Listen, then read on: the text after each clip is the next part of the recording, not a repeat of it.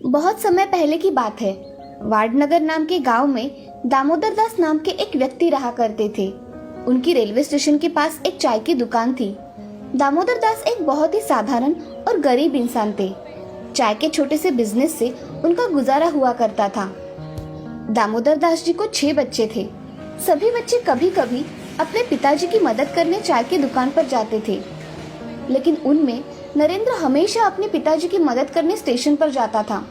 नरेंद्र चाय की किटली उठाता और प्लेटफॉर्म पर लोगों को चाय बेचता था। नरेंद्र को किताबों से बहुत लगाव था। वो जो भी किताब मिले उसे पढ़ लिया करता था। धीरे धीरे नरेंद्र बड़ा होने लगा। कुछ दिनों बाद दामोदर ने नरेंद्र को आगे की पढ़ाई के लिए उसके भाई के यहाँ अहमदाबाद भेज दिया। दामोदर के भाई की भी अहमदाबाद में चाय की दुकान थी। अब नरेंद्र अपनी आगे की पढ़ाई करने के लिए अपने चाचा के यहाँ अहमदाबाद आ गए थे। नरेंद्र का स्कूल उनके चाचा के दुकान के सामने ही था, इसीलिए वो सुबह दुकान पर जाकर चाय बेचते थे और दोपहर को स्कूल में जाते थे। नरेंद्र स्कूल की पढ़ाई में एक एवरेज स्टूडेंट थे, लेकिन वो एक अच्छा वक्ता थे और नरेंद्र को हमेशा से ही सामाजिक कार्यों में ज्यादा रुचि थी।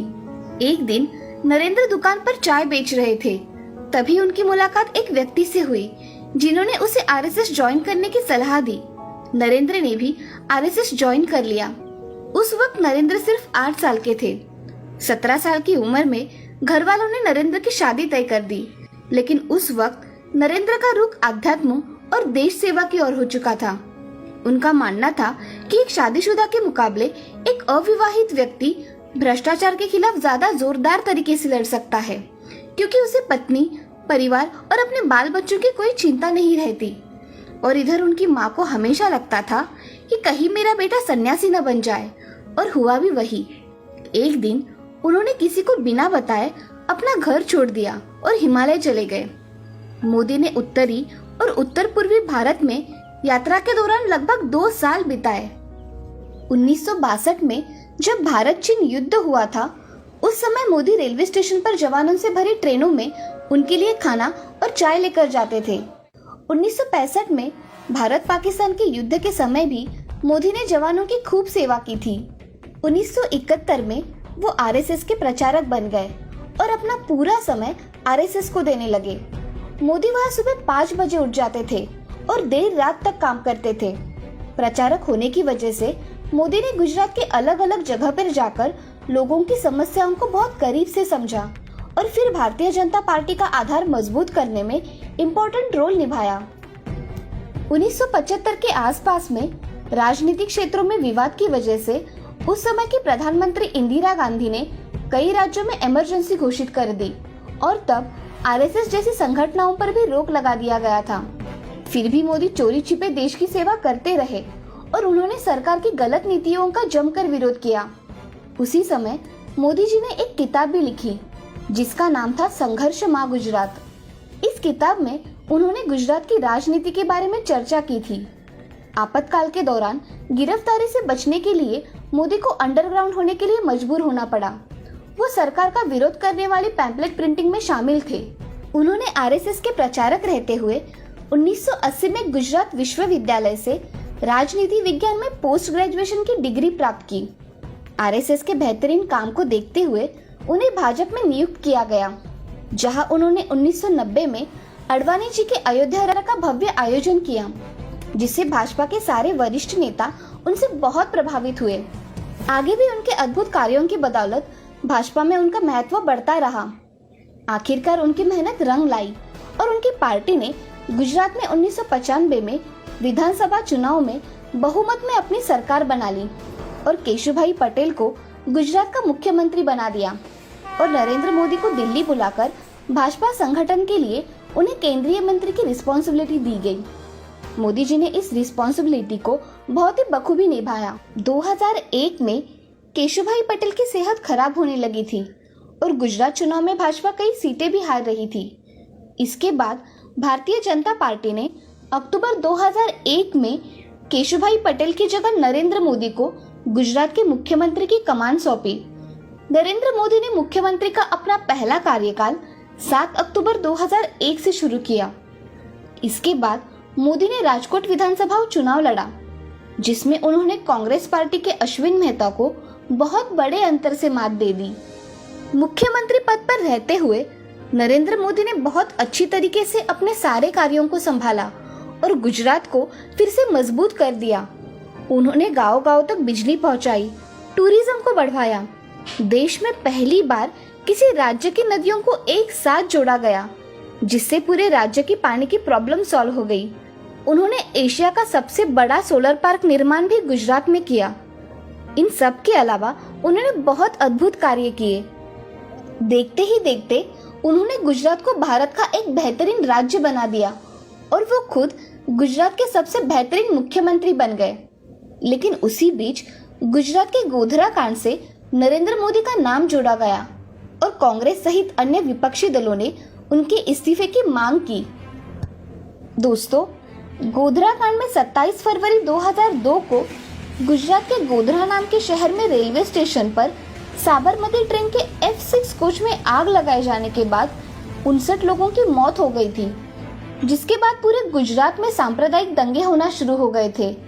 और फिर 28 फरवरी 2002 को गुजरात के कई इलाकों में दंगा बहुत ज्यादा भड़क गया, जिसमें 1200 से अधिक लोग मारे गए। इसके बाद इस घटना की जांच के लिए उच्चतम न्यायालय ने एक विशेष जांच दल बनाया और फिर दिसंबर 2010 में जांच दल की रिपोर्ट के आधार पर फैसला सुनाया कि इन दंगों में नरेंद्र मोदी के खिलाफ कोई ठोस सबूत नहीं मिला। नरेंद्र मोदी ने गुजरात में भी कई ऐसे हिंदू मंदिरों को ध्वस्त कराने में थोड़ा सा भी नहीं सोचा जो सरकारी कानूनों कायदों के मुताबिक नहीं बने थे। हालांकि इसके लिए उन्हें विश्व हिंदू परिषद जैसे संगठनों का भी विरोध झेलना पड़ा, लेकिन उन्होंने उसकी थोड़ी सी भी परवाह नहीं की और देश के लिए जो सही था उसी काम को करते रहे। उनके अच्छे डिसीजंस और कार्यों की वजह से गुजरात के लोगों ने मोदी जी को 4 बार लगातार अपना मुख्यमंत्री बनाया। गुजरात में मोदी की सफलता देखकर बीजेपी के सीनियर नेताओं ने मोदी को 2014 के लोकसभा चुनाव का प्रधानमंत्री उम्मीदवार घोषित किया, जिसके बाद मोदी ने पूरे भारत में जाकर बहुत सारी रैलियां की और लाखों लोगों तक अपनी बात रखी। मोदी जी के अद्भुत विकासशील कार्य, उनके प्रेरणादायक भाषण, देश के लिए उनका प्यार और उनकी सकारात्मक सोच की वजह से उनकी पार्टी को देश की जनता ने भारी मात्रा में वोट किया और भारतीय लोकतंत्र के इतिहास में एक बहुत बड़ा बदलाव आया। भाजपा अकेले संपूर्ण बहुमत से जीत कर आई। इस जीत की कामयाबी का सेहरा नरेंद्र मोदी के सर पर बांधा जा रहा था। इस यादगार शाम का लोग गवाह बन रहे थे। भारतीय लोकतंत्र के इतिहास में ये दिन एक अहम घटनाओं में शामिल हो गया और 26 मई 2014 में नरेंद्र मोदी ने प्रधानमंत्री पद की शपथ ली। मैं नरेंद्र दामोदर दास मोदी ईश्वर की शपथ लेता हूँ कि मैं विधि द्वारा स्थापित भारत के संविधान के प्रति सच्ची श्रद्धा और निष्ठा रखूंगा। मैं भारत की प्रभुता और अखंडता अक्षुण्ण रखूंगा। मैं संघ के प्रधानमंत्री के रूप में अपने कर्तव्यों का श्रद्धा पूर्वक और शुद्ध अंतःकरण से निर्वहन करूंगा तथा मैं भय या पक्षपात, अनुराग या द्वेष के बिना सभी प्रकार के लोगों के प्रति संविधान और विधि के अनुसार न्याय करूंगा।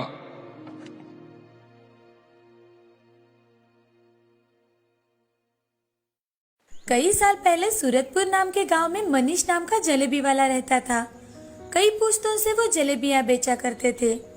मनीष की बनाई हुई जलेबियां सभी लोगों को पसंद थी और इसी कारण लोग भी बड़े मजे से खाया करते थे।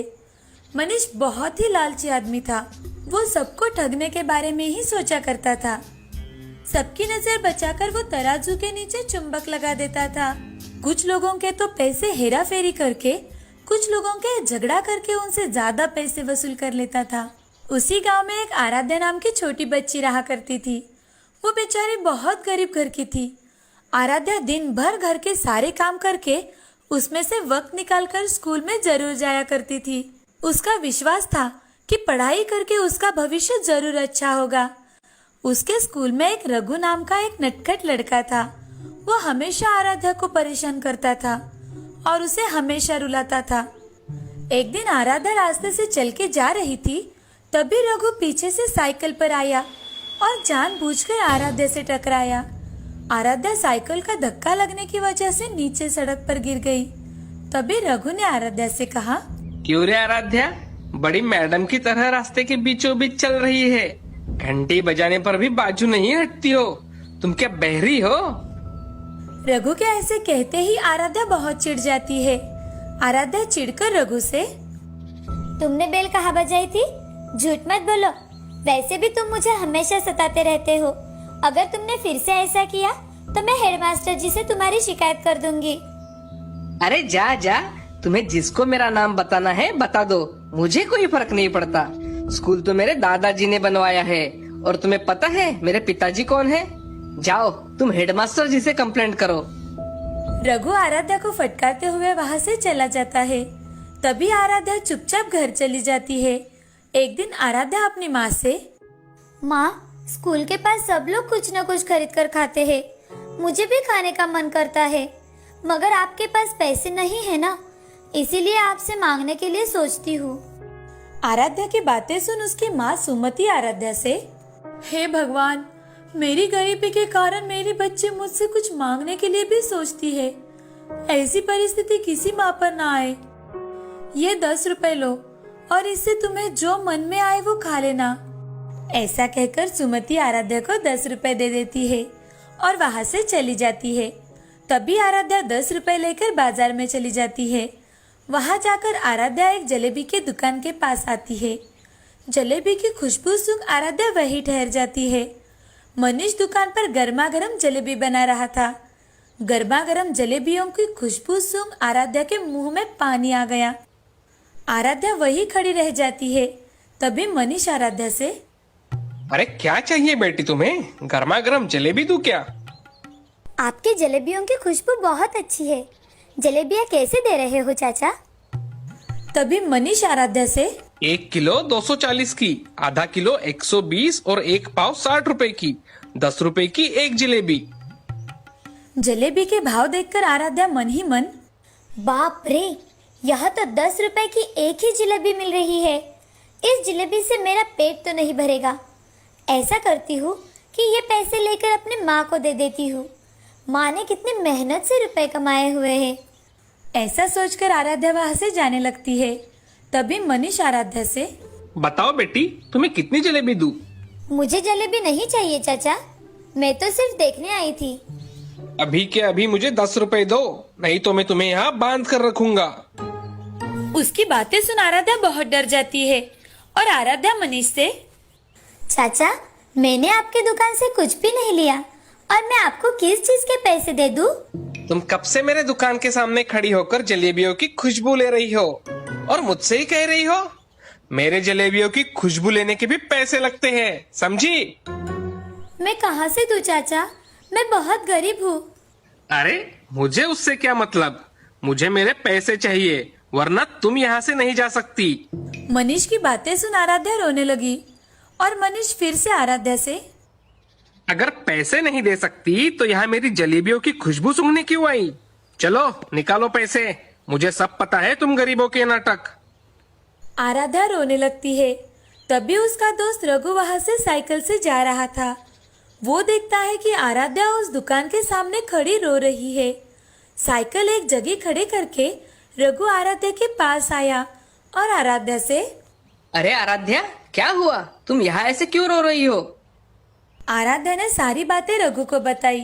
तभी रघु आराध्या से, आराध्या, मनीष जी ने कोई गलत बात नहीं कही, ये तो उनकी जलेबियां है। अगर कोई इसका सुगंध लेगा तो पैसे तो भरने ही पड़ेंगे ना। लाओ तुम्हारे पैसे मुझे दे दो। आराध्या ने रघु को पैसे दे दिए। बेचारे को कुछ समझ ना आने के कारण वो एक ही जगह भूत बनकर खड़ी रह गई। तभी रघु ने वो 10 रुपए के सिक्कों को अपने हाथों के बीचों बीच ले लिया और उन्हें जोर जोर से हिलाने लगा। उन पैसों में से खन खन खन ऐसी आवाजें आने लगी। तब मनीष ने रघु से कहा, मनीष जी, क्या आपको पैसे की आवाज आ रही है? हाँ हाँ, मैं सुन रहा हूँ, मैं कोई बहरा नहीं हूँ। खन खन सिक्कों की आवाज मुझ तक पहुँच रही है। तो आपने पैसों की आवाज तो सुन ली, अब मैंने भी आपको पैसे दे दिए, समझे? क्यों रे बच्चे, ज्यादा नाटक कर रहा है क्या मेरे साथ? कहता है कि पैसों की आवाज सुन लेने से पैसे मिल गए। ज्यादा होशियारी की ना तो तुझे भी दुकान में बांध दूंगा। तभी रघु मनीष से, क्यों? जलेबी के सुगंध के पैसे आप मांग सकते हो, तो मैं क्या आपको पैसों की आवाज भी नहीं सुना सकता? अरे अंकल, तुम्हारा ये नाटक मेरे सामने नहीं चलेगा। जानते हैं मैं कौन हूँ? इस गांव के जमींदार का बेटा हूँ मैं, और ज्यादा होशियारी की ना तो पापा से बोल दूंगा और वो पुलिस से उठवा कर तुम्हें जेल भिजवा देंगे। ऐसा सुनकर मनीष हक्का बक्का रह गया। तभी रघु के साथ आराध्या उसकी साइकिल पर बैठकर चली जाती है। थोड़ी दूर पहुंचने के बाद रघु उसे साइकिल से उतार देता है।